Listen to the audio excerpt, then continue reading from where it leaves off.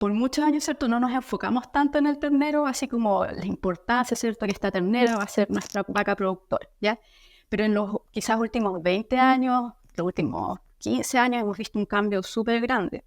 Y la importancia del calostro tiene que ver, ¿cierto?, con la fisiología animal, ¿cierto?, y con la gestación. ¿Qué pasa en el bovino? El tipo de placenta que ellos tienen no van a permitir, ¿cierto?, que pasen los anticuerpos de la madre al feto. Entonces vamos a tener un ternero que van a ser básicamente sin anticuerpos o agamaglobulinémicos, que sería como la palabra oficial.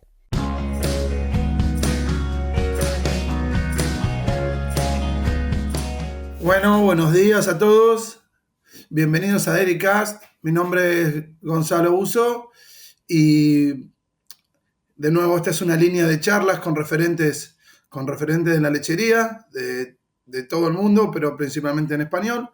Y hoy nos estamos reuniendo con Ana Velázquez, una profesional de Chile, que bueno, nos va a contar un poquitito la historia que hace, su formación y después el tópico del día de hoy, que va a ser control y manejo de calostro. Hola Gonzalo, buenos días. Primero que nada agradecerles la invitación a Dairycast. Un honor para mí estar con ustedes.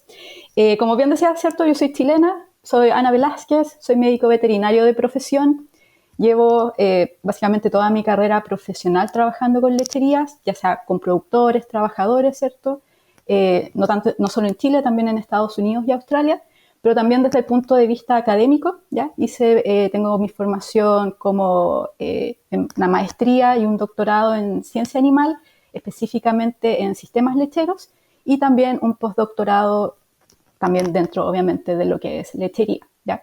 Mi principal área de interés siempre ha sido la crianza de terneros, así que súper contenta de poder hablar de ese tema hoy. Actualmente yo me desempeño como profesora asistente en la Universidad Católica de Temuco, en Chile, y básicamente, ¿cierto?, soy la profe de producción de bovinos y también de salud, tanto de individuo como de rebaño. Es un poquito de mí. Un lujo, excelente. Así que tenemos a la profe hoy. Y bueno, entonces vos comentabas que empezaste como pasantías. Cuando te fuiste empezaste a hacer como pasantías y eso te ha dado mucho de lo que pasa en el campo, ¿no? Para después poder estudiar con un enfoque muy práctico. Sí, de hecho, sí, antes de volver a estudiar, ¿cierto?, y hacer todo el posgrado, trabajé por 6 años, día a día, todos los días en lechería, ¿ya? Y en sistemas, ¿cierto?, convencionales, orgánicos, extensivos, intensivos, y eso obviamente te da como harta perspectiva de los problemas que se puedan ir generando, no solo obviamente en la crianza de terneros, pero también, ¿cierto?, cuáles son las bases en común, cuáles son las cosas, ¿cierto?, que son transversales a todos los sistemas. Oh, excelente, qué bueno. Entonces, empezando por el calostro, ¿no? La pregunta simple, ¿por qué es importante el calostro en el ternero? Sí, bueno, por muchos años, ¿cierto?, no nos enfocamos tanto en el ternero, así como la importancia, ¿cierto?, que esta ternera va a ser nuestra vaca productora, ¿ya? Pero en los quizás últimos 20 años, los últimos 15 años, hemos visto un cambio súper grande. Y la importancia del calostro tiene que ver, ¿cierto?, con la fisiología animal, ¿cierto?, y con la gestación. ¿Qué pasa en el bovino? El tipo de placenta que ellos tienen no van a permitir, ¿cierto?, que pasen los anticuerpos de la madre al feto.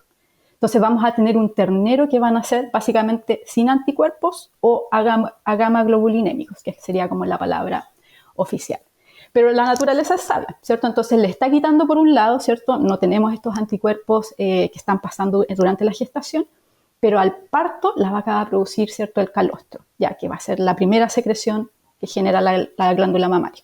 Y este calostro tiene todos los anticuerpos que ese ternero necesita para estar protegido, ya sobre todo el primer mes de vida, que es cuando es más susceptible a todo tipo de enfermedades, sobre todo las digestivas, ¿ya? Entonces ahí radica la importancia. Uno, le va a dar, ¿cierto?, estos anticuerpos al ternero, que nosotros lo vamos a llamar inmunidad pasiva, ¿ya? Pero también el calostro es una fuente nutricional muy importante para el ternero, ¿ya? No es solo el anticuerpo, ¿cierto?, y la inmunidad pasiva, sino que también, ¿cierto?, tiene un alto contenido de grasas, de proteínas, que le va a ofrecer, ¿cierto?, la energía que necesita este animal para sobrevivir básicamente las primeras horas de vida, el primer día de vida. Nutrición desde el punto de vista, porque el animal viene con muy poco reserva de grasas. Inmunidad, fundamental, porque no tiene otra forma de tenerla. Lo que sí hace quizás el comentario, ¿cierto? El ternero ya no tiene anticuerpos, pero eso no quiere decir que no tenga inmunidad. Muchas veces confundimos ese concepto. El ternero va a tener, ¿cierto?, muchos de los componentes del sistema inmune activo, pero necesitan un montón de tiempo para madurar, ya meses, algunos. Entonces, la inmunidad pasiva, ¿cierto?, es como la protección inicial mientras el sistema inmune de este ternero comienza a madurar, ¿cierto?, y a desarrollarse. Ya se me ocurrió otra pregunta para el final, después vamos a ver. Entonces, excelente, ese calostro, listo. La vaca lo produce, ¿qué hago? ¿Dejo al ternero que lo tome?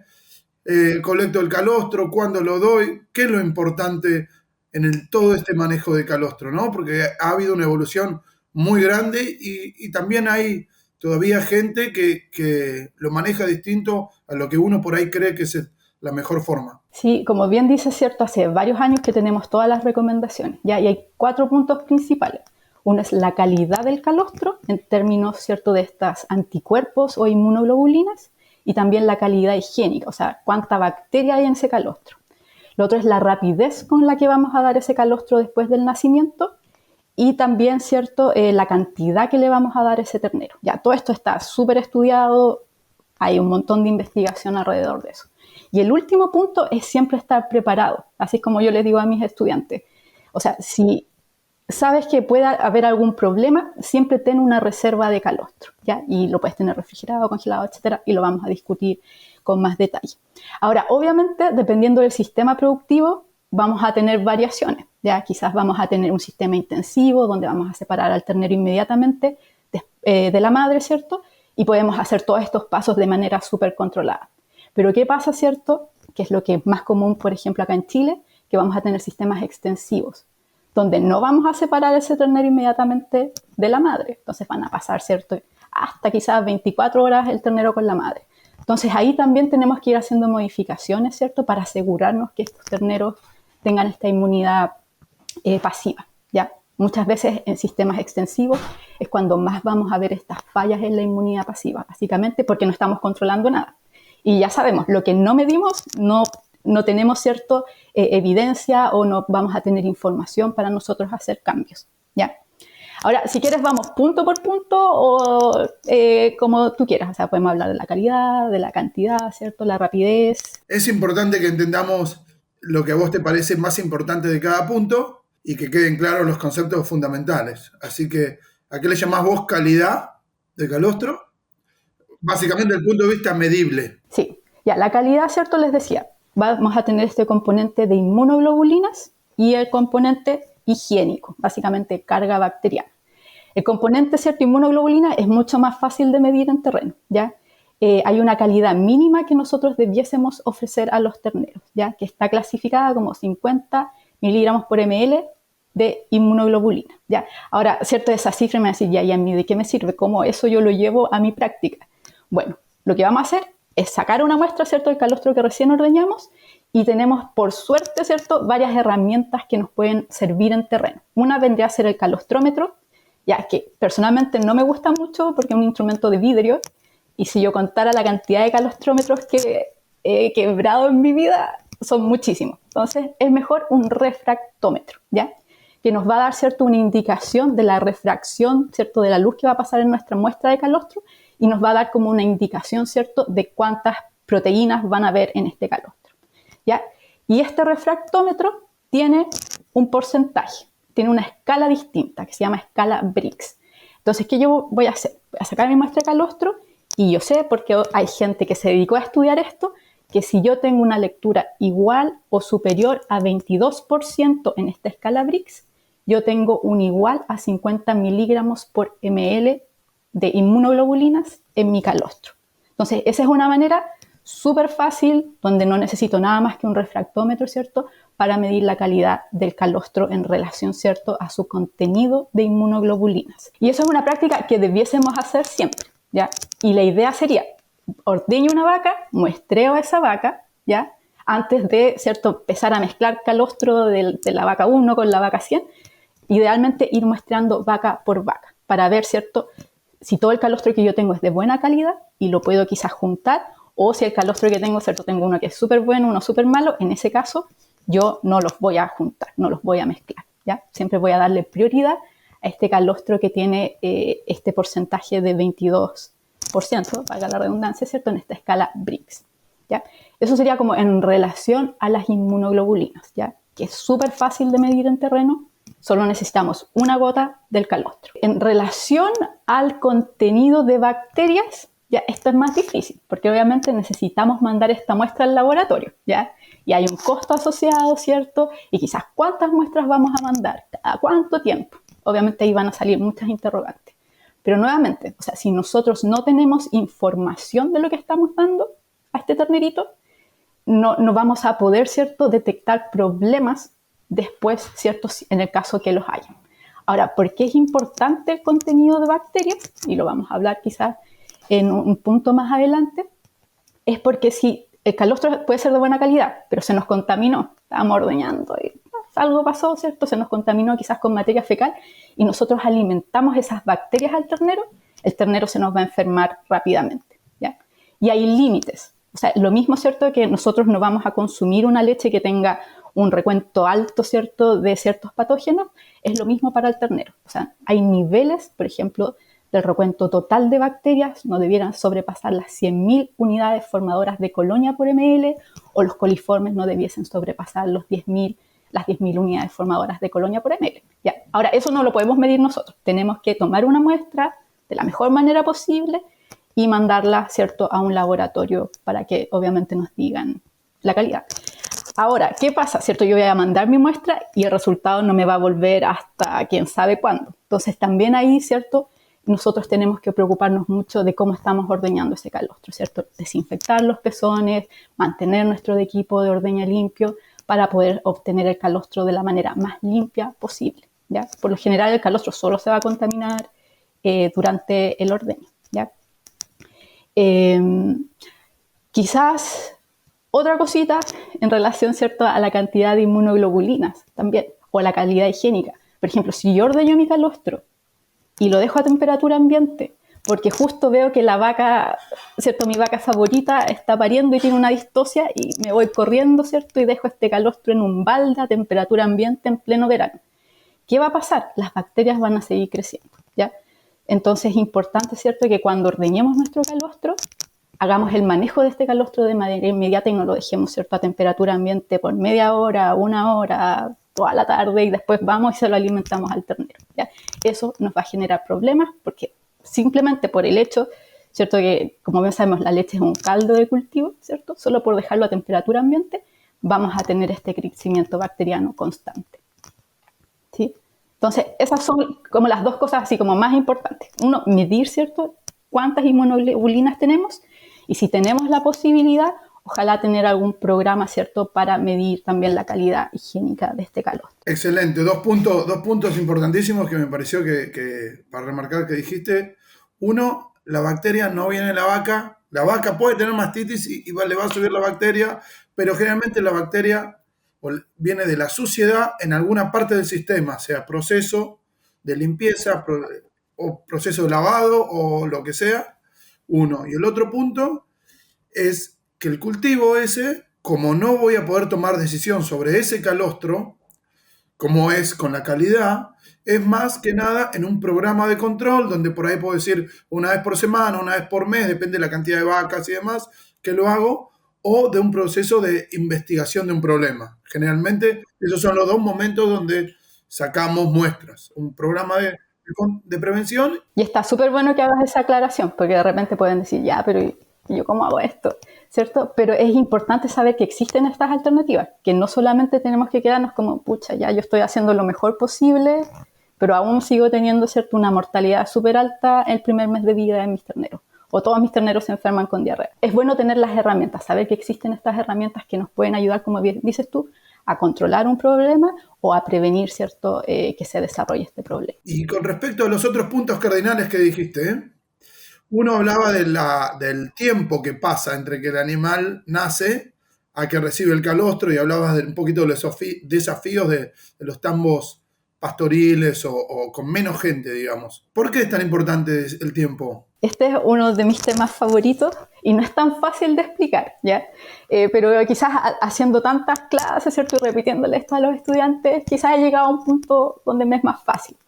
¿Qué es lo que pasa? El ternero recién nacido, hay dos cosas. Hay cambios que se van a producir en el ternero recién nacido y en la vaca que acaba de parir, ¿ya? En el ternero recién nacido vamos a tener, ¿cierto?, su sistema digestivo que va a ser especial, por decirlo de alguna manera, ¿ya? Vamos a tener que a nivel del intestino delgado, el enterocito, o sea, la célula de este intestino delgado, digamos así, es inmadura, ¿ya?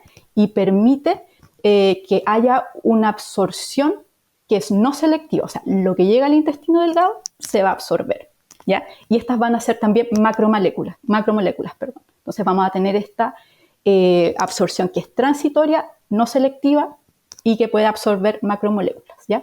A nivel del abomaso también se van a dar algunos cambios. Entonces, ¿cierto? Yo decía, ya bueno, el ternero no va a tener este anticuerpo, ¿cierto?, pasando en la gestación. Pero después del nacimiento su sistema va a estar así como súper adaptado para poder absorber esos anticuerpos que vienen del calostro.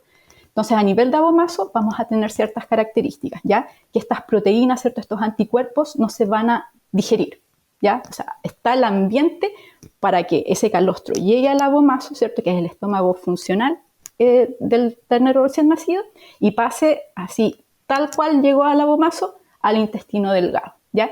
Y estas son macromoléculas, o sea, son moléculas súper grandes.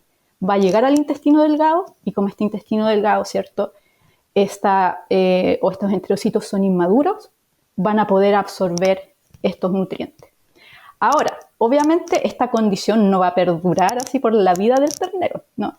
Va a haber un tiempo límite y son solamente las primeras 24 horas donde el ternero va a tener estas condiciones. Pero no son todas las 24 horas por igual, sino que inmediatamente después del nacimiento, ¿cierto?, es cuando nosotros, o el ternero, ¿cierto?, puede absorber estas mayor cantidad de inmunoglobulina, ¿ya?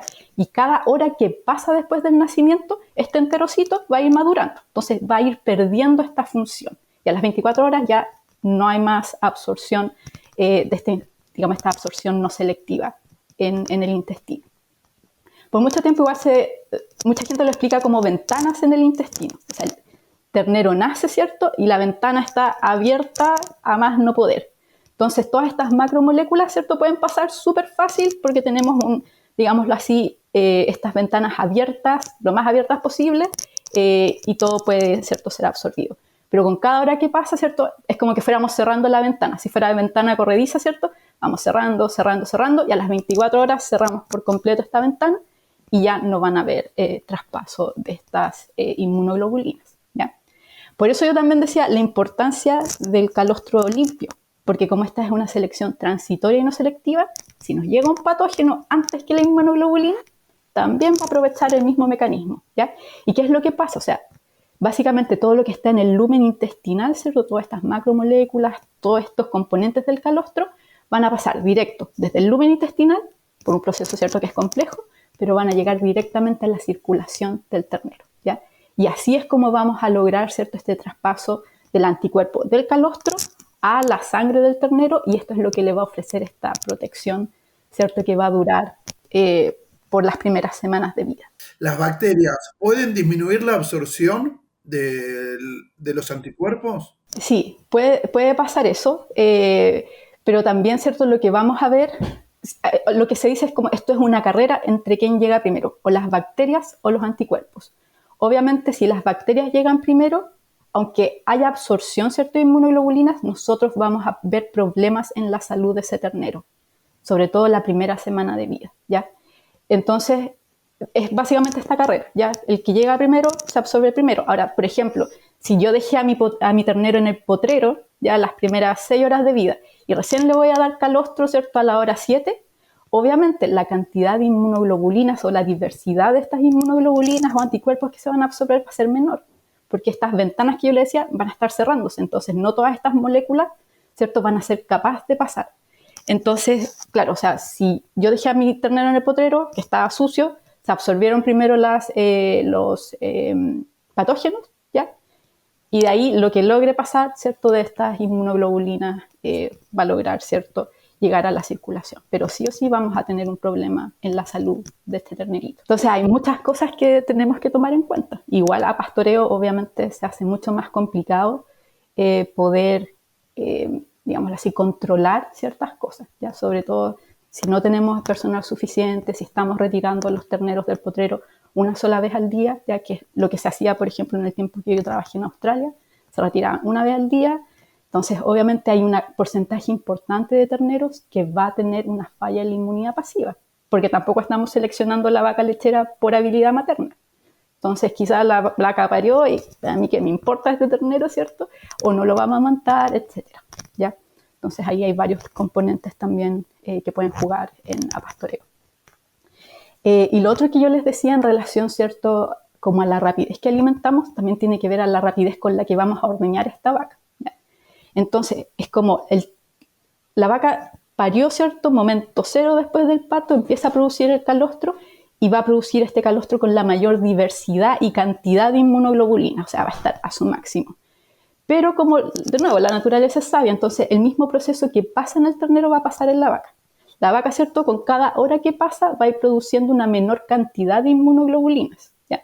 Entonces la misma vaca que puede tener un calostro, ¿cierto?, maravilloso después del parto, a las 6 horas, a las 12 horas, a las 24 horas, va a tener menos inmunoglobulinas, ¿cierto?, en ese calostro. Entonces, por eso es importante ordeñar a las vacas, ¿cierto?, lo antes posible después del parto, ¿cierto?, para tener, ¿cierto?, toda esta cantidad y diversidad de inmunoglobulinas que después, obviamente, nosotros vamos a alimentar al ternero. Excelente, sí, en Argentina y en muchos lados se usa mucho en el preparto tener una maquinita, en la maternidad, tener una maquinita de ordeñe para ordeñar la vaca cuanto antes, que siempre es un arma de doble filo, porque, porque generalmente esas máquinas no están chequeadas, no viene alguien a chequear esa máquina, muchas veces es un punto de contaminación, pero como idea es excelente por lo que decís vos, que una vez que pare la vaca es como que se empieza a diluir ese calostro que vino produciendo la vaca. Y había un estudio donde hablaba que si la vaca había producido más de 9 litros en el primer ordeñe, la chance de que el calostro sea de muy buena calidad no era tan buena, ¿no? Sí, bueno, ahí va a depender también de muchos factores, por ejemplo, la edad de la vaca, en el momento, ¿cierto?, que la ordeñamos, o sea, la calidad del calostro no es solo el momento en que ordeñamos a esta vaca, sino que también todos los manejos que vamos a hacer en el preparto. Por ejemplo, ¿vacunamos a esas vacas o no las vacunamos? ¿Cuándo las vacunamos? O sea, ¿las vacunamos muy antes del parto o las vacunamos, ¿cierto?, con el tiempo suficiente para que el sistema inmune de esa vaca, ¿cierto?, pueda producir los anticuerpos y llevarlos al calostro? Entonces, ahí va a variar mucho, o sea, también de la raza de la vaca pueden haber diferencias en términos como de la concentración de inmunoglobulinas, pero como tú bien dices, o sea, hay una gran cantidad de factores que pueden influir. Ahora, por eso lo importante es siempre medir. O sea, si yo ordeñé a mi vaca, ojalá le voy a medir la cantidad, ¿cierto?, de inmunoglobulinas que esta pudiera tener con el refractómetro. Pero lo mismo, o sea, a nivel de pastoreo, si, por ejemplo, yo no soy capaz de movilizar, ¿cierto?, mi vaca recién parida, quizás voy a tener, ¿cierto?, un potrero que está no tan cerca de donde transita la gente y va a estar mi maternidad. Bueno, quizás mover a los animales 2 veces al día. Cosa de que no dejemos pasar mucho tiempo entre que ese animal parió y lo podemos ordeñar y que también, o sea, podamos dar una alimentación o podamos dar al menos una primera alimentación de calostro a ese ternero, ojalá lo más rápido posible. Excelente. Bueno, hasta ahora vinimos, conectamos el calostro lo más rápido posible. Si Dios quiere es por lo menos arriba de 22 de Brix. En Argentina ya mucha gente empieza, no, tiene que ser arriba de 25, o si es 27, entonces ya empieza, pero los estudios hablan arriba de 22 como mínimo, para llegar a esos niveles, después lo vas a medir vos, vas a contar cómo se mide. Entonces, bajas células, bajas bacterias, bajo UFC, rapidez de ordeñe y de administración, y después faltaba uno que era un poquito... Sí, pero dentro de la rapidez, ¿en qué momento yo debiese alimentar a mi ternero? ¿Cuántas horas? ¿Cierto? Y ahora tenemos estudios que nos dicen, oye, lo mejor es alimentarlo. Obviamente, inmediatamente después del nacimiento sería lo ideal, por lo que yo les comentaba, ¿cierto?, de este enterocito inmaduro, pero hasta las 6 horas todavía se considera un buen manejo. Ojalá fuera antes, pero si, por ejemplo, ya tenemos nuestras lecherías a pastoreo, ¿cierto? Quizás es más difícil ir a recolectar los terneros, tenemos esta chance de 6 horas, donde si nosotros alimentamos la cantidad adecuada de calostro, este ternero va a resultar con una inmunidad pasiva exitosa. Ya si nos pasamos de las 6 horas y recién estamos dando nuestra primera alimentación, ¿cierto? Después de este rango de tiempo, ya vamos a tener problemas, ¿ya? Entonces, como punto así culmine en relación a este tema, ojalá alimentar a nuestros terneros con la primera alimentación de calostro en las primeras 6 horas de vida. Y una toma con o 2 tomas, o una toma con el 3-4 litros, lo que elijamos, depende de la raza, depende básicamente de la raza, pero en sistemas grandes generalmente se trata de dar una sola vez. Exactamente. Y ese es el último punto, o sea, ¿cuánto calostro vamos a alimentar? O sea, el tercer punto, no el último. ¿Cuánto calostro vamos a alimentar a este ternero? ¿Ya? ¿Y qué nos dice la investigación? Idealmente alimentemos del 10 al 12% del peso vivo de ese animal, ¿ya? O sea, si yo tengo un ternero Holstein que va a pesar alrededor de 40 kilos, yo le voy a dar 4 litros de calostro, que va a ser más o menos el 10% de su peso vivo. Obviamente, si tengo una Jersey, una ternera que quizás pesa 30 kilos o menos, obviamente yo voy a ir adecuando, ¿ya? La idea es dar esa cantidad en relación al peso vivo del ternero y que sea un calostro de buena calidad, ¿cierto? Y con eso yo me voy a asegurar, ¿cierto?, esta inmunidad pasiva. Obviamente dentro de las primeras 6 horas de vida, dar esta primera alimentación. Ahora, el cómo nosotros demos el calostro no es tan relevante. O sea, podemos usar mamaderas, ¿ya? Pero si vamos a dar 4 litros, quizás en la primera alimentación ese ternero no se va a querer tomar los 4 litros. Pero igual recordar, tenemos 6 horas para dar esta primera alimentación. Entonces, ¿qué hacen muchas lecherías? Sobre todo intensivas, donde separan al ternero de la madre inmediatamente después del parto. O sea, ya lo separan, le ofrecen, ¿ya? Le van a ofrecer, ¿cierto?, en esta botella, ¿cierto?, con mamadera, etcétera, y le van a ofrecer lo que el ternero tome, que por lo general, ¿cierto?, un ternero que no viene de una distosia, que no está letárgico, puede que se tome los 4 litros. Pero le vamos a ofrecer todo lo que quiera tomar, quizás 2 litros, etcétera, y después, ¿cierto?, quizás 2 horas después, podemos volver a ofrecer. Ahora, cuando estamos muy ocupados y no tenemos simplemente la capacidad del personal para hacer estas estrategias, podemos usar la sonda esofágica, ¿ya? Y podemos dar este 10% del peso vivo, ¿ya? Que no va a significar, ¿cierto?, un problema para el ternero. Lo ideal, ¿cierto?, lo principal es alimentar esa cantidad para asegurarnos de que haya esta transferencia en la inmunidad pasiva, ¿ya? Entonces podemos usar o las botellas o la sonda esofágica. Muchos lugares que tienen quizás hasta 80 partos al día, ¿cierto? Obviamente es mucho más simple utilizar la sonda esofágica, ¿ya? De todas maneras, cada vez que yo alimento un ternero, debiese llevar un registro con la cantidad que le di, ¿cierto?, en esa primera alimentación, si es que no fueron, ¿cierto?, el 10% del peso vivo, y también la calidad que le di en relación al calostro en términos de las inmunoglobulinas. Entonces, también, o sea, si después llegamos a tener algún problema, nosotros podemos ver, ya este ternero, le di su primera alimentación después de las 6 horas, quizás por esto estamos teniendo X problemas. Pero eso es importante, o sea, la investigación dice 10 a 12% del peso vivo en la primera alimentación, que ojalá sea dentro de las primeras 6 horas y que sea de un calostro, ¿cierto?, con un 22% en la escala de Brix, como mínimo. Ya, todo lo que sea de 22 para arriba, obviamente va a ser una ganancia. Excelente, excelente, muy, muy claro. Uno de los puntos que habíamos charlado nosotros, que es muy importante tener reservas, y esas reservas, si Dios quiere, sean de nuestro calostro de máxima calidad. También está la posibilidad de tener suplementos de calostro, que hay algunos muy buenos, que por ahí nos pueden ayudar en algún momento de vacas flacas. Así que un par de comentarios al respecto de eso, antes de pasar por ahí a nuestro último punto o pregunta sobre cómo evaluar nuestros resultados. Pero, ¿qué comentarios tenés al respecto? Tratando de ser breve, idealmente, o sea, si nosotros estamos midiendo calidad del calostro, solo vamos a conservar, ¿cierto?, el calostro que tiene 50 miligramos por ml de inmunoglobulina, ¿cierto?, o el calostro de 22 grados o porcentaje Brix hacia arriba. Ese es el único que vamos a conservar. ¿Cómo podemos conservar? Podemos refrigerar, obviamente no de manera eterna, unos 3-4 días. Recordemos que el calostro tiene un alto contenido de grasa, entonces se va a enranciar, y muchas veces, ¿cierto?, los refrigeradores que tenemos en las lecherías no son los mejores, quizás son viejitos, que no funcionan muy bien. Entonces eso es importante. No podemos mantener el calostro por un periodo prolongado de tiempo refrigerado, pero lo podemos congelar, ¿ya? Y pudiéramos congelar hasta por 6 meses. Entonces eso también nos va a dar, ¿cierto?, un poquito más de libertad en ese sentido, si es que por algún motivo, ¿cierto?, tuvimos un día donde quizás parieron puras vaquillas y nos dieron 3 gotas de calostro, ¿ya? Entonces nos va a dar, ¿cierto?, como un poquito más de libertad en ese sentido. Y lo que tú decías, o sea, si vamos, quizás tenemos partos estacionales, ¿cierto? Y vamos a tener 2 estaciones de parto, quizás asegurarnos de tener un sustituto de calostro, en el caso, ¿cierto?, de que, por ejemplo, en mi programa todas las vaquillas paren el primer mes y de ahí empieza a parir, ¿cierto?, mis vacas de 2 o más partos. Quizás, ¿cierto?, asegurarnos de tener suficiente calostro para esos terneros.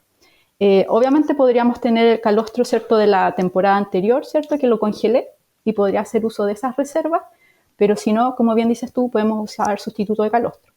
Ahora, el problema con el sustituto del calostro es que por lo general solo se va a basar, ¿cierto?, en el contenido de inmunoglobulinas, ¿ya?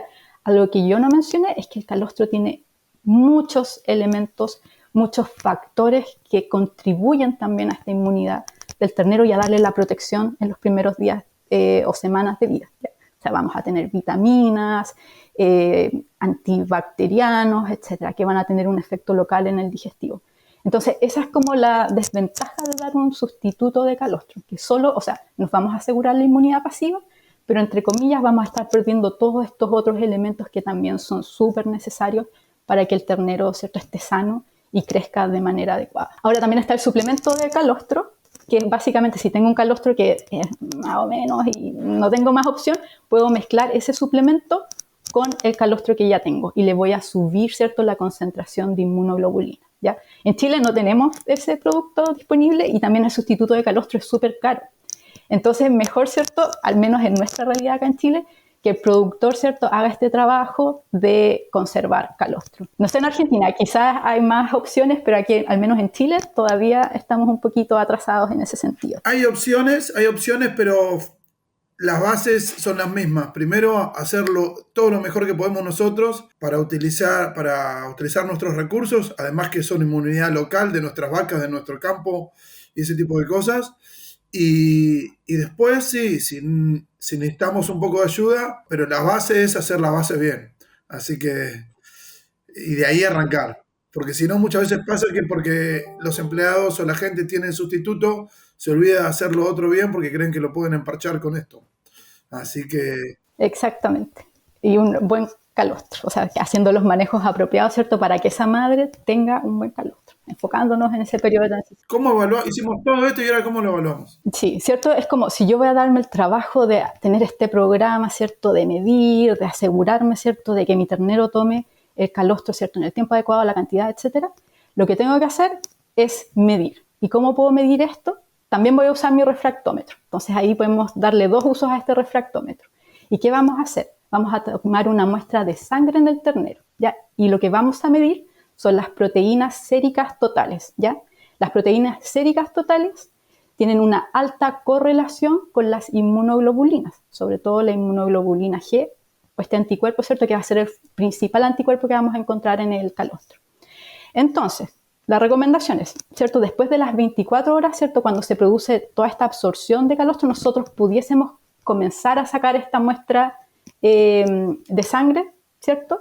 Dejarla, en algunos lugares acá las dejan, ¿cierto?, como que coagule sola, o también para sacar el suero, o si no, podemos tener una centrífuga chiquitita y la centrifugamos y obviamente podemos tener nuestro resultado de manera más rápida, ¿ya? Entonces, ¿qué vamos a hacer? Vamos a tomar esa muestra de sangre, vamos a procesarla, ¿cierto? Vamos a obtener el suero, vamos a sacar apenas una gotita, la vamos a poner en el refractómetro, ¿ya? ¿Qué es lo que queremos? De nuevo, tenemos la escala de Brix, ¿ya? Hace como el 2019 cambiaron digamos, las exigencias en relación a inmunidad pasiva en el ternero, ¿ya? En Estados Unidos se hicieron hartos estudios y se acordó, ¿cierto?, que una inmunidad muy buena, excelente, es cuando tenemos, ¿cierto?, este porcentaje en Brix de 9.4. De 9.4 para arriba es que lo hicimos pero súper bien, ¿ya? La otra categoría es, bueno, Nosotros siempre deberíamos enfocarnos como de bueno para arriba. Entonces, cuando yo hago este muestreo, ¿cierto?, de mis animales, yo debiese estar sobre los 8.9% en esta escala de Brix. Y yo sé que estos animales, ¿cierto?, van a estar en una buena condición, digamos, inmunológica para estar protegidos, ¿cierto?, las primeras semanas de vida. Ahora, ¿qué pasa si mi ternero le falló la inmunidad pasiva? ¿Ya? Lo que yo voy a ver es que va a estar bajo el 8.1% en esta escala de Brix. ¿Ya? Entonces, a ese ternero quizás yo debiese ponerle un poquito más de ojo, ¿ya? Porque va a ser un ternero más susceptible a las enfermedades. Ahora, es bueno hacer esto, tomar la muestra, pero también hay algunas consideraciones, ¿ya? No es que voy a tomarle muestra a todos los terneros en cualquier momento, ¿cierto? Hay un tiempo. La recomendación, ¿cierto?, es ojalá dentro de los primeros 10 días, ¿ya? Ahora, ¿qué va a pasar los primeros 10 días? El ternero se puede enfermar, tristemente, le puede dar diarrea, puede estar un poco deshidratado, esa muestra ya no va a ser buena, ¿ya? Idealmente, ojalá al día 3 nosotros pudiéramos estar tomando esta muestra, quizás del día 3 al 5, ¿cierto?, los primeros 5 días, ¿ya? Donde todavía vamos a tener una correlación alta entre los anticuerpos circulantes en el ternero y estas proteínas totales, ¿ya? Va a ser sobre el 98% es la correlación en los primeros días. Y de ahí eso va a empezar a bajar, ¿ya? A los 10 días la correlación es como del 70 y tanto por ciento, o sea, todavía pudiésemos sacar la muestra, pero obviamente ya no va a ser tan representativa que si la sacamos, ¿cierto?, en los primeros 3 días de vida. Ahora, es importante cuando saquemos esta muestra hacer un examen de este ternero y ver, ¿tiene diarrea o no? Si tiene diarrea, va a estar deshidratado probablemente. ¿Y qué va a pasar? Vamos a tener una hemoconcentración, ¿cierto?, de estas proteínas totales. Entonces nos va a dar una muestra súper alta, ¿cierto? Hoy lo hicimos súper bien, pero básicamente es porque el ternero está deshidratado. Entonces vamos a tener un resultado que nos va a tener contentos, pero que no es representativo de lo que está pasando o lo que le está pasando al ternero, o representativo de nuestros manejos. Entonces, importante, ver, ¿cierto?, hacer solo esta prueba en terneros sanos, ojalá, ¿cierto?, los primeros 5 días de vida, ojalá el día 3, y siempre, ¿cierto?, que sean terneros sanos, como ya lo mencioné. Y ahora, es como, ¿le hago a todos los terneros este muestreo, solo a algunos? Ahí también va a depender. O sea, si quizás la ternera es muy grande, no nos va a dar el tiempo para muestrear a todos los animales, pero sí hacer un muestreo aleatorio, quizás una vez a la semana, ¿cierto?, medir X cantidad de animales, dependiendo, ¿cierto?, de nuestras posibilidades.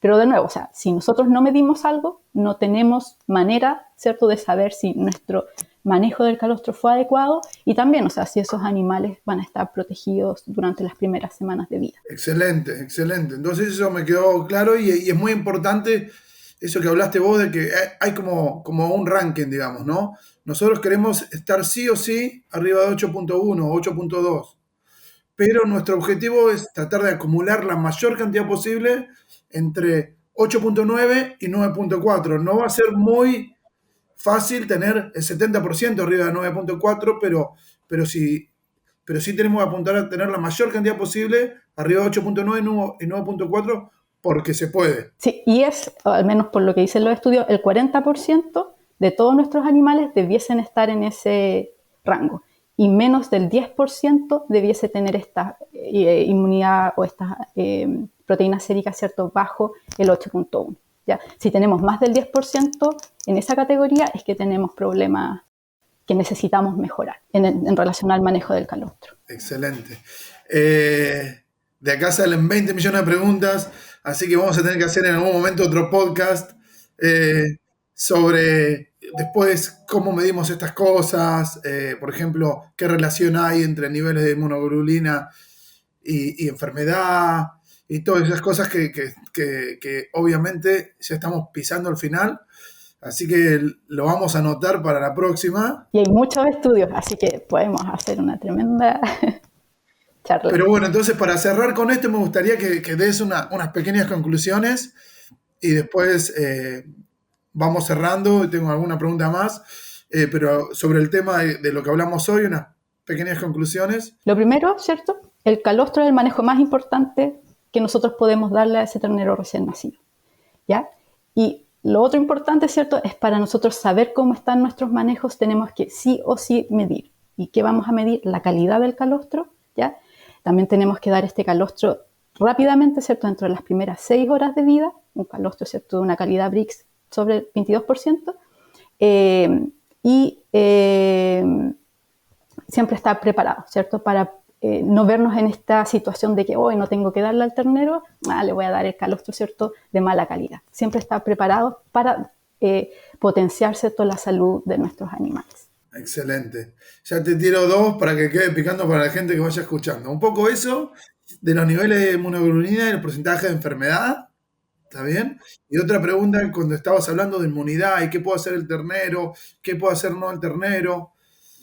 Cuando yo llegué a Estados Unidos, o mismo acá, mucha gente empezaba a vacunar cuando tenía mucha enfermedad, porque era un problema de calostro probablemente, al día, a la semana de vida, a la semana 2, a la semana 3. Y entonces la interferencia entre ese anticuerpo y la vacuna que le dimos, cuándo funcionan las vacunas, no funcionan las vacunas y demás. Así que creo que son temas para charlar en una, digamos, crianza temprana del becerro. Y eso está cambiando. Hay estudios, ¿cierto?, que nos están dando nueva información, ¿cierto?, que es importante que nos mantengamos al día en relación a cuándo vacuna este ternero, si vale la pena vacunarlo, ¿cierto?, el primer mes, segundo mes de vida.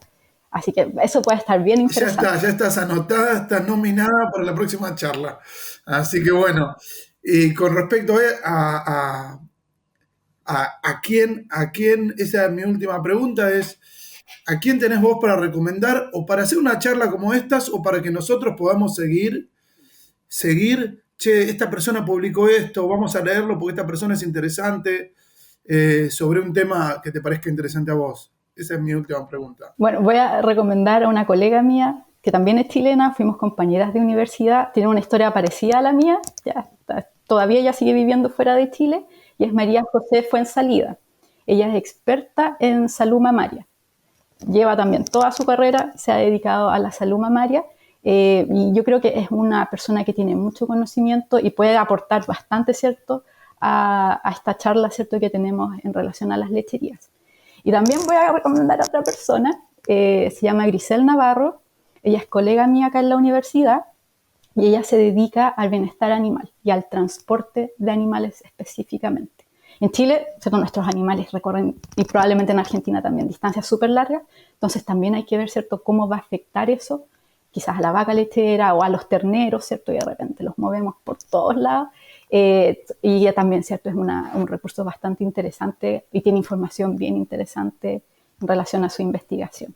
Así que serían las dos personas, las dos son chilenas, así que para también darle pie a estas colegas. Me parece excelente, estamos buscando aprender de todo el mundo, y chilenos, colombianos, argentinos, de todos lados, que podemos sacar literatura en español y experiencias en español para toda la gente de habla hispana pueda ir escuchando estos podcasts. Así que Ana, millón de gracias, te vamos a molestar, ya estás nominada, que tengas buen fin de semana y castigar a los chicos ahora que tenés examen. Se viene ahora.